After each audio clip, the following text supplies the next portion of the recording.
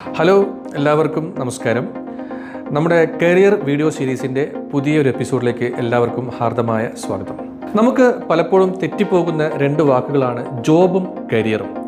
നമ്മളെപ്പോഴും പരസ്പര പൂരകമായിട്ട് ഉപയോഗിക്കാറുണ്ട് job job job, career career. ഇത് രണ്ടും ഒന്നാണോ?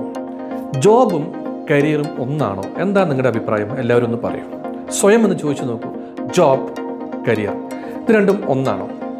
അല്ല എന്നാണ് എൻ്റെ അഭിപ്രായം. ജോബ് വേറെ, കരിയർ വേറെ. ഇത് രണ്ടും തമ്മിൽ കാതലായ ഡിഫറൻസ് ഉണ്ട്. ഓക്കെ, ഇവിടെ എന്താ സംഗതി എന്ന് വെച്ച് കഴിഞ്ഞാൽ, നമുക്ക് പലപ്പോഴും തെറ്റ് പറ്റുന്നത് നമ്മൾ നമ്മുടെ കുട്ടികളെ എങ്ങനെയെങ്കിലും ഒരു ജോലി കണ്ടെത്താൻ, ഒരു ജോബ് കണ്ടെത്താനാണ് പ്രോത്സാഹിപ്പിക്കുന്നത്, അല്ലാതെ ഒരു കരിയർ കെട്ടിപ്പടുക്കാനല്ല. ജോബ് എന്ന് പറയുന്നത് ഒരു ചെറിയ സംഭവമാണ്, ചെറിയ കോൺടാക്സ്റ്റിലുള്ള സംഭവമാണ്. അതായത് നാളത്തേക്കുള്ള അരി അല്ലെങ്കിൽ ഇന്നത്തേക്കുള്ള അരി എങ്ങനെ വാങ്ങിക്കാം എന്ന് കണ്ടെത്തുന്ന, അതിനുവേണ്ടി ഒരു ഉപജീവന മാർഗം കണ്ടെത്താനുള്ള ഒരു വഴി മാത്രമാണ് ജോബ് എന്ന് പറയുന്നത്. പക്ഷേ കരിയർ അങ്ങനെയല്ല. ജോബ് ഷോർട്ട് ടേം ആണെങ്കിൽ കരിയർ ഒരു ലോങ് ടേമിലേക്കുള്ള സംഭവമാണ്. ഞാനൊരു ഉദാഹരണം നിങ്ങൾക്ക് പറഞ്ഞുതരാം. ജോബും കരിയറും തമ്മിലുള്ള വ്യത്യാസം എന്താണെന്ന് അറിയണമെങ്കിൽ നിങ്ങൾക്ക് ഞാനൊരു ചെറിയൊരു ഉദാഹരണത്തിലൂടെ അത് വിശദമാക്കി തരാം. മനോരമ പത്രത്തിലെ ഒരു ന്യൂസ് റിപ്പോർട്ടറായിട്ട് പ്രവർത്തിക്കുന്ന ഒരാളുണ്ടെന്ന് വിചാരിക്കാം. ഓക്കെ, മനോരമ പത്രത്തിന് വേണ്ടിയിട്ട് പ്രാദേശിക വാർത്തകളും മറ്റൊക്കെ കളക്ട് ചെയ്ത് അത് എഴുതി തയ്യാറാക്കി എഡിറ്റ് ചെയ്ത് കൊടുക്കുന്ന ഒരു ന്യൂസ് റിപ്പോർട്ടറാണ് അയാൾ എന്ന് വിചാരിക്കുക. അയാൾ ഇപ്പോൾ ജോലി ചെയ്യുന്നത് മനോരമ പത്രത്തിലാണ്. ഓക്കെ, അപ്പോൾ അയാളുടെ ജോലി എന്താണ്? മനോരമ പത്രത്തിലെ ന്യൂസ് റിപ്പോർട്ടർ അല്ലെങ്കിൽ ജേർണലിസ്റ്റ് എന്നുള്ളതാണ് അയാളുടെ ജോലി. പെട്ടെന്നൊരു സുപ്രഭാതത്തിൽ അയാൾക്ക് കുറച്ചുകൂടി നല്ല ഓഫർ വന്നു മാതൃഭൂമി പത്രത്തിൽ നിന്ന്. ഉടനെ അയാൾ എന്ത് ചെയ്തു? മനോരമയിൽ നിന്ന് വിട്ടിട്ട് മാതൃഭൂമിയിലേക്ക് ചെന്ന് കയറി. ഇപ്പോൾ എന്താ സംഭവിച്ചത്?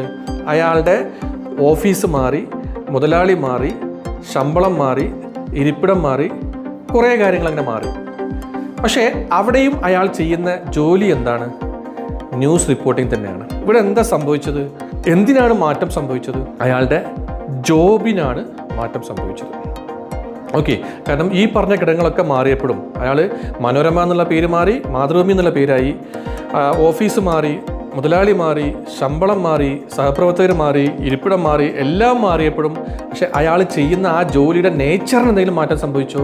ഇല്ല. അവിടെയും അയാൾ ന്യൂസ് റിപ്പോർട്ടറായിരുന്നു, ഇവിടെയും അയാൾ ന്യൂസ് റിപ്പോർട്ടറായിരുന്നു. അപ്പോൾ അയാളുടെ കരിയർ എന്താണ്? അയാളുടെ കരിയർ ജേർണലിസമാണ്. അപ്പോൾ അവിടെ ജോലി മാറി, പക്ഷേ കരിയർ മാറുന്നില്ല. കരിയർ അങ്ങനെ സ്റ്റേബിളായി നിൽക്കുകയാണ്, ജോലി മാത്രമേ മാറുന്നുള്ളൂ. ഇതേ വ്യക്തി നാളെ കുറച്ചും കൂടി നല്ല ശമ്പളം കിട്ടിയെന്ന് കേട്ടപ്പോൾ അയാൾ എന്ത് ചെയ്തു? മാധ്യമം പത്രത്തിലേക്ക് മാറി എന്ന് വിചാരിക്കുക. നല്ലൊരു ഓഫർ അവിടെ നിന്ന് വന്നു, ഇയാൾ അത് സ്വീകരിച്ചുകൊണ്ട് അങ്ങോട്ട് മാറി എന്ന് വിചാരിക്കുക. അവിടെയും അയാൾ എന്താ ചെയ്യുന്നത്? സെയിം തസ്തികയിലാണ്, ന്യൂസ് റിപ്പോർട്ടർ എന്ന് പറയുന്ന തസ്തികയിൽ അല്ലെങ്കിൽ ജേർണലിസ്റ്റ് എന്ന് പറയുന്ന തസ്തികയിലാണ്. ഇവിടെയും സംഭവിക്കുന്നത് എന്താണ്? അയാളുടെ സ്ഥാപനത്തിൻ്റെ പേര് മാറി, ഓഫീസ് മാറി, ഇരിപ്പിടം മാറി, മുതലാളി മാറി, കിട്ടുന്ന ശമ്പളം മാറി, കൂടെ വർക്ക് ചെയ്യുന്ന ആളുകൾ എല്ലാം മാറി, കഴുത്തിൽ തൂക്കുന്ന ID കാർഡ് എല്ലാം മാറി. പക്ഷേ എന്ത് മാറിയില്ല? അയാൾ ചെയ്യുന്ന ജോലി എന്താണ്? അവിടെയും ഇവിടെയും എല്ലാം എന്താണ്? ന്യൂസ് റിപ്പോർട്ടിംഗ് തന്നെയാണ്. ഇവിടെയും സംഭവിച്ചെന്താണ്? അയാളുടെ ജോലി മാത്രമേ മാറുന്നുള്ളൂ, കരിയർ മാറുന്നില്ല. കരിയർ എന്താണ്? ജേർണലിസമാണ്. അതിൽ യാതൊരു മാറ്റവുമില്ല. അത് ആ കരിയർ അയാൾ അങ്ങനെ കൊണ്ടുപോവുകയാണ്. ജോലി ചെയ്യുന്ന സ്ഥാപനം മാത്രമേ മാറുന്നുള്ളൂ.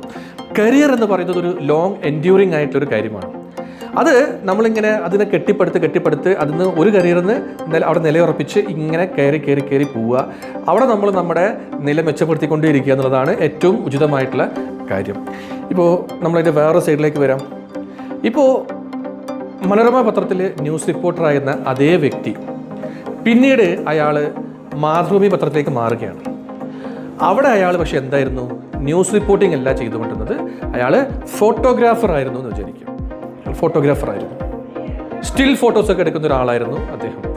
അവിടെ എന്താ സംഭവിക്കുക? സ്വാഭാവികമായിട്ടും അയാളുടെ ജോലിയും മാറി, കരിയറും മാറി. 2 ജോലിയായി, 2 കരിയറുമായി അയാൾക്ക്. ഓക്കെ, അവിടെ നിന്ന് അയാൾ പിന്നീട് മാധ്യമ പത്രത്തിലേക്ക് മാറി. അവിടെ അയാൾ എന്തായിട്ട് മാറി? DTP ഓപ്പറേറ്ററായിട്ട് മാറി. DTP ഇങ്ങനെ പറയുന്ന വാർത്തകളൊക്കെ ടൈപ്പ് ചെയ്യുന്ന ആളായിട്ടും ഡിസൈൻ ചെയ്യുന്ന ആളായിട്ടും അയാൾ മാറി. സ്വാഭാവികം സംഭവിച്ചു, അവിടെ അയാളുടെ ജോലിയും മാറി, കരിയറും മാറി. അയാൾ ജേർണലിസം വിട്ടു പിന്നെ ഫോട്ടോഗ്രാഫറായി, ഫോട്ടോഗ്രാഫി വിട്ട് പിന്നെ എന്തായി? അയാൾ നമ്മുടെ ടൈപ്പിംഗ് ജോലിയിലേക്കും വന്നു. അപ്പോൾ അയാളുടെ ജോലിയും കരിയറൊക്കെ മാറിക്കൊണ്ടിരിക്കുകയാണ്. സ്വാഭാവികമായിട്ടും അയാൾക്ക് എവിടെയും എന്തില്ല, ഒരു സ്ഥിരത ഇല്ല. എവിടെയും അയാൾക്കൊരു നിലയുറപ്പിച്ച് നിൽക്കാൻ സാധിക്കുന്നില്ല. ഞാൻ തന്നെ നിങ്ങളോട് ചോദിക്കാം, നിങ്ങൾ ഒരു മീഡിയ ഇൻഡസ്ട്രിയിൽ പ്രവർത്തിക്കുന്ന ഒരാളാണ്. നിങ്ങൾക്ക് സ്വന്തമായിട്ടൊരു പത്രമോ TV ചാനലോ ഉണ്ടോ എന്ന് വിചാരിക്കുക. നിങ്ങൾ നിങ്ങളുടെ സ്ഥാപനത്തിലേക്ക് ജേർണലിസ്റ്റ് എന്ന പൊസിഷനിലേക്ക് ഒരാളെ തിരഞ്ഞുകൊണ്ടിരിക്കുകയെന്ന് വിചാരിക്കുക. 2 വ്യക്തികൾ നിങ്ങളുടെ മുന്നിലേക്ക് ജോലിക്ക് അപേക്ഷിച്ചുകൊണ്ട് വന്നു.